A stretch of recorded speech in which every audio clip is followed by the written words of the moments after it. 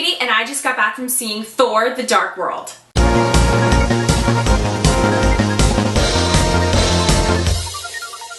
Now, before seeing this movie, I heard some rumors that, you know, it was just kind of average, you know, it's a sequel, so it's not as good as the first, but it's still okay. So I'm not gonna lie, my expectations were pretty low based on what some of my friends were saying and what some people on the internet were saying, but I have to tell you that I loved it. I loved it. I thought it was great. A lot of people don't like the Thor movies or like Thor, but Thor is my favorite Avenger. I love him. And you know what? I actually liked the first Thor movie. I thought it was fun, I thought it was exciting, and I was really invested in all the characters, and I really love Asgard. But you never know how a sequel's gonna turn out. Without giving any spoilers away, I can definitely say that it lives up to the expectation of being super action-packed, super fun. The first Thor movie was really focused around Thor, of course, but in the second one, it was kind of spread out amongst some of the other characters, and you kind of got to see a little bit more of the other characters, which was really exciting. Jamie Alexander, who plays Sif,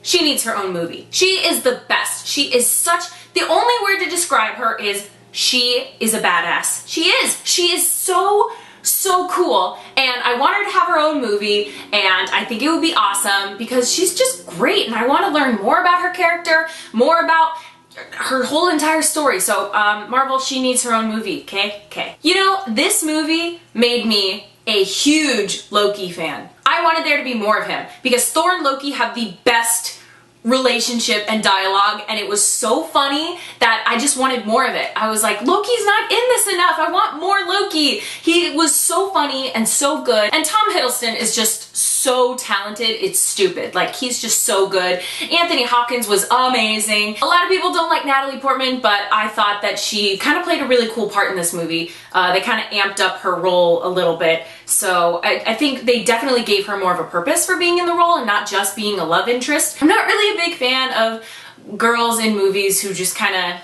hang out on the sideline and they're just like, go, you can do it, and it's like, no, why don't you go help out and do something? So I feel like they tried to give Natalie Portman a little bit more to do. I honestly think that I really like Thor because I just love the mythology, whether that's, you know, Norse mythology or Greek or Roman mythology or Egyptian mythology. I just think it's so cool to hear all these stories about gods and the battles that they have. So, you know, seeing obviously Odin and Thor and Loki, which are Norwegian gods, I just think it's so awesome to see it come to life on a big screen. And it's kind of cool how they mix futuristic world things with like alien beings and space, and still you have that, like, not medieval, but like, you know, the feel of like the ancient world with all these gods, and you kind of have this big mixture of both worlds where it's like the ancient past and the super duper future, and they all come together on Asgard, which I love it. I just thought it was so great. Despite what anyone says, I'm really happy I went and saw Thor. Really, the only thing I didn't like was that it ended and I wanted more. But that's what's so great about these Marvel movies, whether it be Iron Man, Captain America, Thor, the Avengers, like, you get more story and they're all connected. So it's really exciting. So I know that I'm gonna get more of that story. Oh, I almost forgot, there are a couple of surprises in the movie, like usual in Marvel movies, but this was really cool. And Zachary Levi was in this movie, which I was like, oh my gosh, that's Zachary Levi, I love him, I love Chuck. So I was really super excited that he was in this movie too, because I love him. And also, gotta talk about Kat Dennings, because she is so funny, and I love her.